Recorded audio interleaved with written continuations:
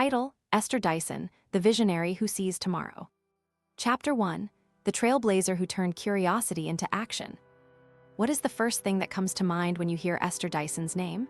Most people picture a woman who stands at the crossroads of technology, investment, and philanthropy, a woman who has the rare gift of seeing patterns before the world has fully understood them. Born in 1959, Esther went from a law degree at Harvard to a career that spanned venture capital, media, and space exploration. She once said, "I am not a futurist, I am a researcher of the future." That research is more than speculation. It is a methodical approach to identifying opportunities that others ignore. Consider her early days at the founding of her own venture capital firm, Est Ventures, where she championed startups that were too early for conventional investors. In 1998, she invested in the New York Times, online news platform, recognizing the internet's potential to change journalism before mainstream media made that leap. In 2002, she founded the social networking site, The Hive, which would later be acquired by another venture and become part of an entirely different technology ecosystem. These stories illustrate a core principle: don't wait for the crowd, act on your own conviction. Why does this matter for us today? Because the world is moving at a pace that demands rapid decisions. Esther's bold moves remind us that risk, when based on deep observation and research, can be a key driver of success. Her quote, "It's not just about having a good idea, it's about having a good plan to turn that idea into impact," underscores that we must combine vision with execution. Practical takeaway: take a personal inventory of ideas that you have brushed aside because the market feels too crowded. Evaluate them against a simple research framework. Is there a nascent trend? Does data support your assumption? Could you build a minimal viable version? If yes, commit to a 30-day plan to test the idea. Use your first batch of investors as advisors, not just financiers. Let your curiosity guide your first experiments, mirroring Esther's own startup path. Key takeaways: Esther Dyson's career shows that innovation emerges from listening, research, and decisive action. She taught that the future favors those who build today. The question I ask you now is, are you waiting for the world to catch up, or are you ready to create it? Reflective question: what idea would you consider too early, and how might you begin to investigate it today? Chapter 2: The Pillars of Esther Dyson's Philosophy. Esther Dyson's worldview revolves around 5 interlocking principles that she has articulated in interviews and writings over the years. The first is curiosity as a compass. It is not enough to be hungry. Curiosity must be guided by data and human stories. Her second principle, embrace uncertainty, encourages us to thrive in ambiguity rather than fear it. Third, people are the engine of progress. She consistently emphasizes the importance of building teams that are diverse and passionate. Fourth, invest in scale, not just growth.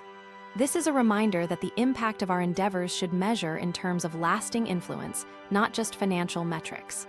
Fifth, reinvention is survival. In a constantly changing environment, you must be prepared to pivot. To bring these principles to life, look at the founding of her venture, Est Ventures. She chose to invest in companies solving problems that weren't yet recognized as investable. When the dot-com bubble burst, many investors scrambled to cut losses.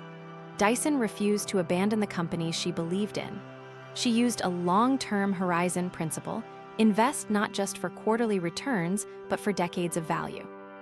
Later, when she founded the nonprofit, the Esther Dyson Foundation, she applied the same idea of scale, building a community that could drive health, science, and entrepreneurship around the world. From these examples, we see a clear message: think beyond the next headline and focus on sustainable impact. In your own work, ask, what societal problem needs a new technological solution? If your answer is yes, invest your limited resources into deep research and building a coalition that can push the solution forward. Concrete example: you are a startup founder worried about scaling early. Use Dyson's principle of invest in scale. Instead of pursuing rapid growth at the expense of quality, align your product roadmap with a strategic vision. What social trend will create future demand? Build to meet that future, not the present, as the market evolves. Key takeaways: Esther Dyson's philosophy is a toolkit for thinking differently about risk, people, scale, and reinvention. By committing curiosity, embracing uncertainty, prioritizing people, aiming for scale, and staying ready to reinvent, you position yourself to create lasting value. Are you ready to adopt these pillars in your life and work?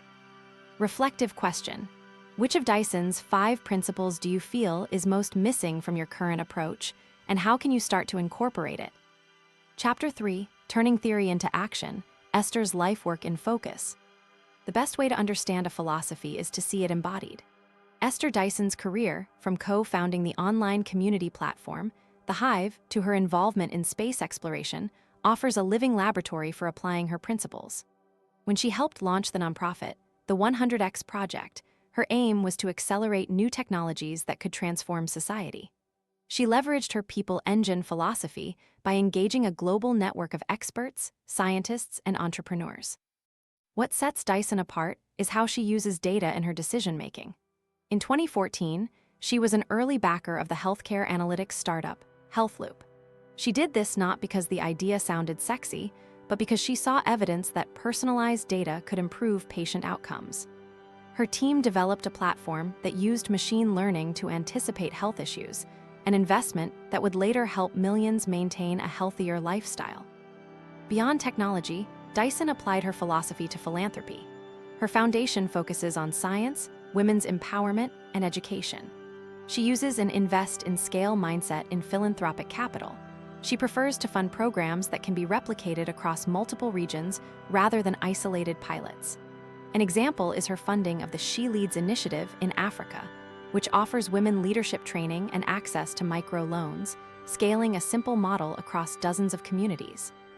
The essential lesson is that the same principles serve across multiple sectors.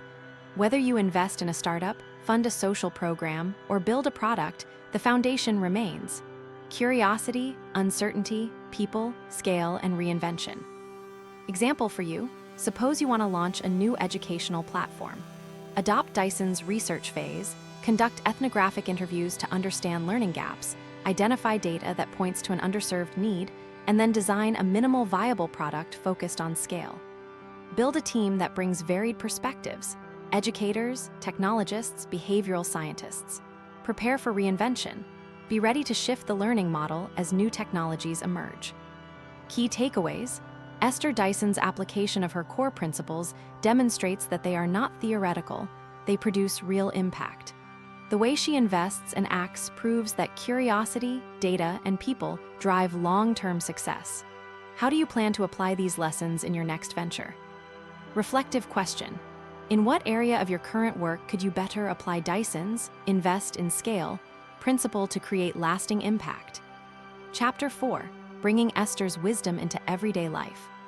Many of us think of Esther Dyson's insights as relevant only for tech founders, but her teachings are surprisingly practical for anyone navigating modern life. Her principle of embrace uncertainty translates directly into how we handle career shifts or personal decisions. Instead of waiting for perfect clarity, Dyson recommends deliberate experimentation. Build a small version, see what happens, then iterate. This mindset can free you from perfectionism and accelerate growth. How can that help you right now? If you're stuck in a role that doesn't use your strengths, apply Dyson's curiosity. Identify a problem in your workplace, gather data from colleagues, and propose a small pilot. Use project management tools to track outcomes and present results. This is a low-risk experiment that can open doors to new responsibilities, echoing Dyson's own career pivots. Her people engine doctrine is crucial for leaders in any setting. Dyson's interview style, asking open-ended questions, listening fully, helps teams surface hidden ideas.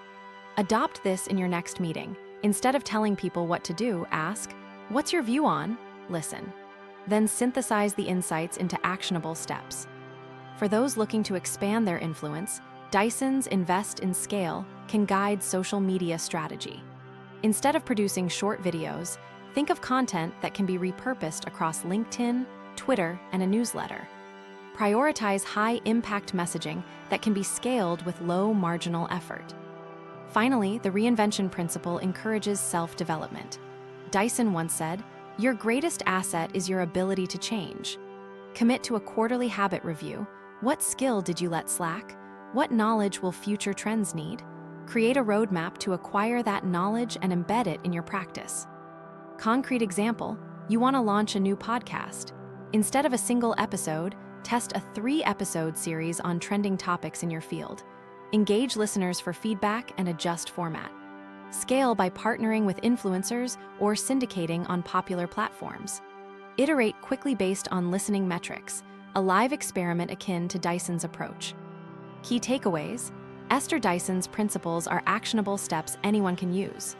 The core of her wisdom, that curiosity, uncertainty, people, scale, and reinvention lead to growth, can transform our careers, entrepreneurship, and personal development. Are you ready to shift your mindset to embrace these ideas today? Reflective question: which of Dyson's 5 principles do you think you can actually implement in your day-to-day life within the next 30 days? Chapter 5, your invitation to create tomorrow, the final word. In concluding our journey through Esther Dyson's wisdom, we find a single thread: the desire to create lasting impact. Her life demonstrates that the world's problems are not obstacles, but opportunities for those willing to ask the right questions and take bold, data-driven action. If you were to sum her teachings in a single mantra, it would be: curiosity, supported by data, fuels people to scale change. That mantra can become the anthem for your next venture, your next meeting, or even your next personal goal. What does the future look like for you now? Imagine stepping out of the comfort zone that confines you. View uncertainty as a canvas. Curate a team with diverse talents. Build an idea that solves a problem you will see millions of others facing. Pivot as the market and technology evolve. Your personal and professional journey can mirror Esther's path, one informed by curiosity, guided by empirical evidence, empowered by people, driven toward scale, and adaptable to reinvention. I invite you to take concrete next steps. Identify a problem you genuinely care about, gather data on its scope, and propose a low-risk experiment. Surround yourself with people who challenge your assumptions and provide constructive feedback. Plan for scale from day one by building systems that support growth. Stay ready to pivot, regularly review your progress, and be willing to change course. Remember, Esther Dyson's impact isn't just measured in dollars. It's measured in how many lives she moved and the communities she helped shape. Your journey can be measured the same way, by the number of people whose lives you inspire and improve. Thank you for listening. If you found this exploration of Esther Dyson's wisdom helpful, please like this video, share it with friends, and subscribe to our channel for more motivational journeys. Let's keep learning together. Now, I leave you with a question that will help you reflect on what we've covered. How will you apply one of Esther Dyson's core principles today to create a ripple effect that could shape the future of your field or community?